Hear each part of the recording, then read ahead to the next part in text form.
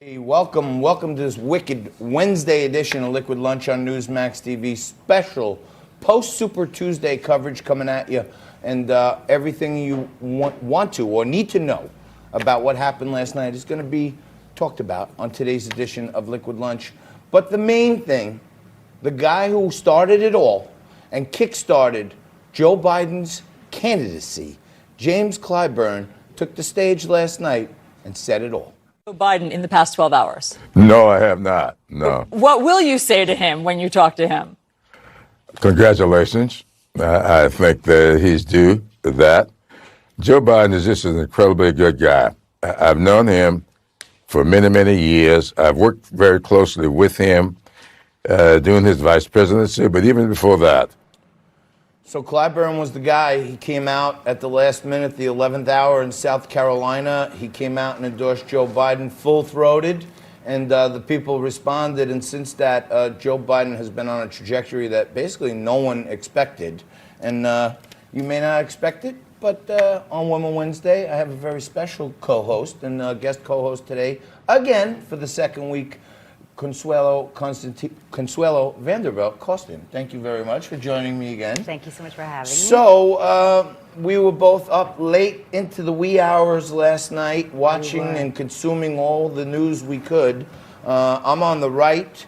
I'm thinking this is a great night for Trump when we see the party getting divided like this. I call it between good and evil. You know, Bernie, socialist, evil. Biden, in this case, I got to say good, because at least he's been supportive of capitalism in the past. Mm-hmm. What were your thoughts about last night, how it developed and how it ended? I think that everyone was so surprised at how Biden did, honestly. But I do have to say, I think the way that he responded to it, I think he was incredibly effusive. I think he was very authentic. I think when he talks about his son, too, I really resonate with him, and I'm really touched by what he said. I am surprised about Bloomberg, even though I just almost wish he had come. I wish he'd come in faster, a little earlier. I do, and obviously he spent so much money. But I could not leave the TV last night. I was like just mesmerized. People were glued to the TV because, you know, just a few weeks back, everyone was counting him out of the race. Joe Biden, you know, he looked like he was limping to the finish line. He couldn't remember what state he was in. He couldn't remember who people's names were. He actually forfeited the rest of his time in the first debate, where he looked kind of old and he looked haggard. And something James Clyburn said to him, even his speech last night when he came out, he was excited. I don't know if, you know, did they give him an injection or something, but, you know, he looked like, you know, he'd been overstimulated. He did. He looked like he was renewed. I agree. He was Holy renewed. Cow, I can do this. Yeah. You know what I mean? And I don't know what his handlers are doing. But more importantly, I mean, you and I come from different worlds, okay? And you're very involved, you know, with your company, the Soho Muse, and you're involved with artists and people that are probably not as right as I am. Many of these young kids, it seems, are still behind Bernie, like really passionately. What do you think is driving that? I think that Bernie Sanders, it looks like he's coming up with something that's very innovative, that's very new and very fresh, and honestly free. Right? So I think that he's giving them hope in a way, right? That and it just feels like they're really responding to that, whether right or wrong. And you know, I will always dance my way. Yeah, well, I know you if know I'm that wrong, I do you're that. going to tell me. I will always. Yes. You know, on the other side of things, I usually have my bell here. If something I like, something I ring my bell, and I usually have my gavel. It's but very dramatic. When Consuelo comes in, she already absconded with my gavel, so I know I got to keep my one eye on you so I don't get hit over the head with it. But no, I feel like kids are not informed enough. You know, we stopped teaching real American history in grammar school and high school a long time ago, basically. And socialism is not some new, fresh idea. This is one of the oldest things around, and it's basically failed everywhere in the world. So the kids, I think, these millennials who are supposedly following Bernie, like you said, they hear free. Oh, free. Oh, what can I get? It's like trick-or-treating. I'm going to go and get candy. I'm going to get free college. Or they're going to pay off my student loan debt.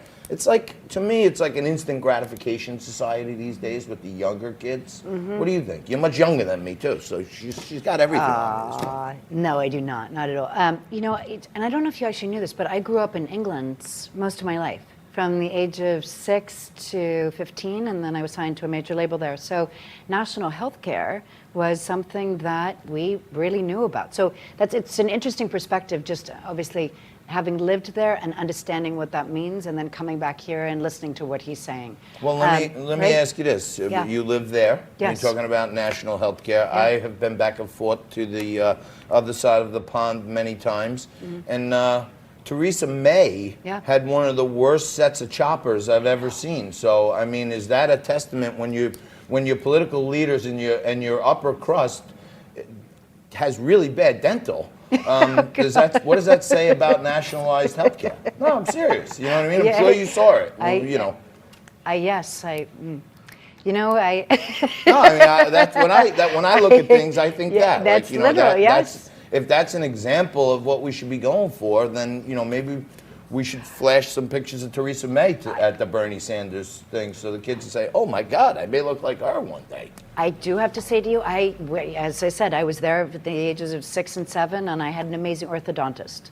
I was going to say, I would imagine you weren't on the national dental plan. But I did and was hospitalized, and I have been part of the national health care. So I think that, listen, you obviously, it's limited to what you get, but I think that it's obviously offering people that can't afford anything that's what they've got. But the Theresa May example. No, I mean, I joke around about it, but I'm saying there are a lot of downsides to nationalized health care. Yes. And, you know, what the kids don't hear, Consuelo, is they don't hear, when they hear free. Yep. They don't hear how we pay for that. No, and of course. it's not free because under Bernie Sanders and socialism, they're going to take like 80% of mommy and daddy's paycheck.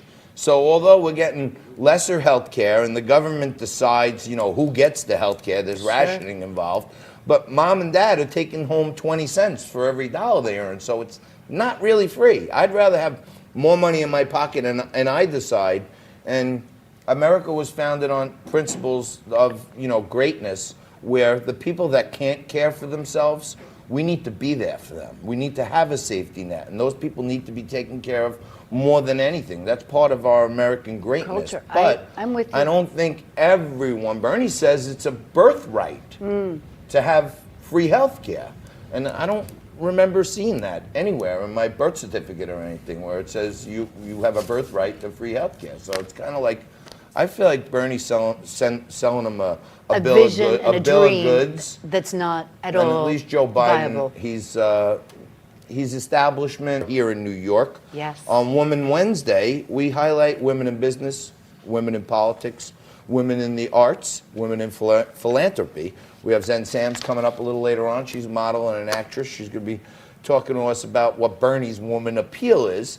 But we did get quite lucky today. We got a little guest appearance from one of the finest artists in the world. David Paul Kaye is here, and he's going to join us in just a few minutes. We have a little clip of David's video, I believe.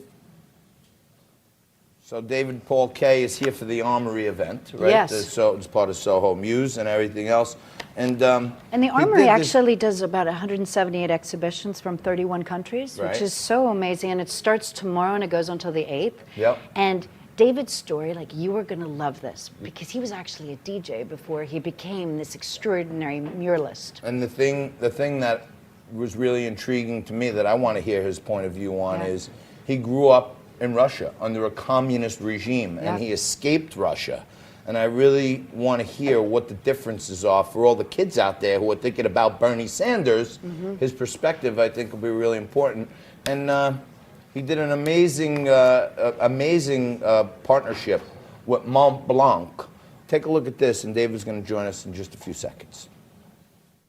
Artwork is never finished because it keeps making you wonder. It keeps going to places. It doesn't stop. It moves. Sometimes I get asked, why black and white? Why don't you use color? Thanks to this project, I am developing myself and I'm moving myself forward.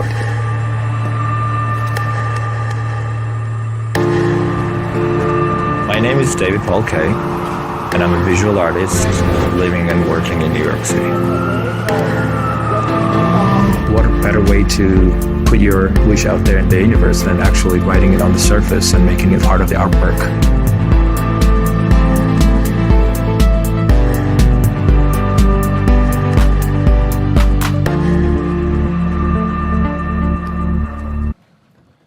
Hey, welcome back. Man, it's amazing that you elevated yourself to a point where you're doing these great things with Mont Blanc, a world-known company. And thanks for joining us. David Paul Kaye is here. He's a tremendous artist, and your story is amazing to me. When Consuelo told me about it, you grew up in Russia, in a communist regime, and then Georgia. you escaped in Georgia. Yeah.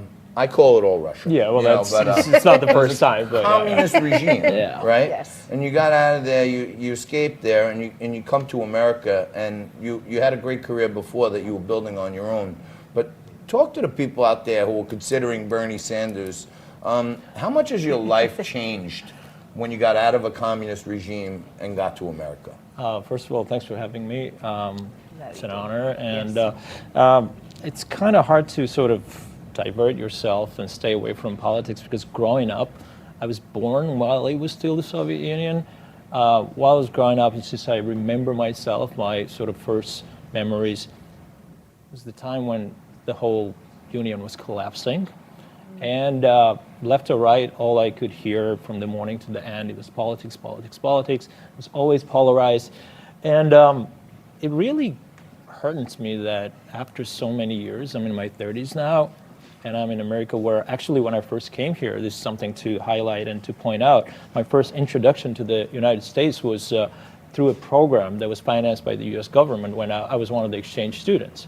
And ironically, and which I consider one of my best years and one of the biggest eye-openers, I lived in Oklahoma for a year. Wow. In a very small town. I went to high school, like I graduated, I was a senior. So the contrast of growing up in the Soviet reality that, you know, I wouldn't say, you see, like it's always, I think as an artist, and I'm gonna use this metaphor, it's always bad to paint things in either dark colors or bright colors, you know. Certain things have positive and negative things, Right. but what I connected to, what I disconnected from, there's certain things that I was not comfortable with, lots of things. You ever But see, then- like, you know, the rumors are about, you know, bread lines and Yeah, people well- that are very poor and they can't get health care. Did you see that in your time in Georgia? One of the things, of course, and we know about it, and one of the things that's a problem with the regime, where the government is sort of expanding and is putting pressure on all generations. And again, I have to put myself, and I'm not considering myself as I don't consider myself as a left or right, or I'm in the middle. Yep. I'm an American, I'm a citizen. I don't see things as left or right. I see things as right or wrong. I like And that. I like that. I'm that's gonna steal that from you, that's my okay? philosophy. And on that realm and on that spectrum right now, when I go back to the memories of not only when I was growing up, but before me, one of the biggest problems was the suppression of information. Right. The information coming in and information going out. What I could say and what I could hear. What am I allowed to listen to, and what am I allowed to say? And that's the biggest. And yeah. I think that, honestly, because you were a DJ and you did incredibly well there, and then to honestly come to New York, and I remember you saying that you were so inspired by Keith Haring, and you taught yourself how to build and become this extraordinary artist, really. So can you talk about that journey? And how Well, that was- thanks. First of all, I mean, I don't consider myself becoming anything yet, but the thing is, you know, Well, you are a great artist. I Well, saw thank your you. I works. I did appreciate a lot it, of homework and, on it, and I know maybe from your days in Russia and moving here, you worked in a lot of black and white, right? Well, yeah. And then with the Mont Blanc campaign, you were able to start working in colors. Color. And it maybe was there symbolic. was some inspiration. I would say from the black being and white here. is also a color. You Yeah, know, it has to be. I understand Yeah. where you come from. But one of the things that I would say is that, you know, I really hope, you know, black and white is symbolic, of course, you know, and it's the contrast. One of the things that I love about this country is, you know, you can just take the black and white out of the equation and say, you know, red, white, and blue. Red, white, and blue in this country has always worked together.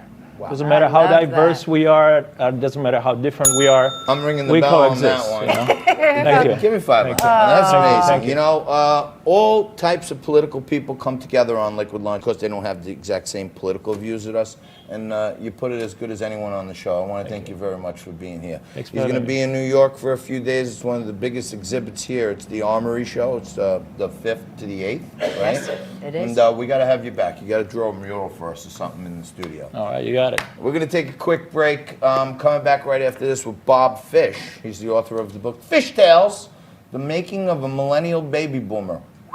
I don't even know how that could happen, but we're going to tell you right after this. Consuelo and I are going to join Bob Fish right here on Liquid Lunch. Just 2 minutes.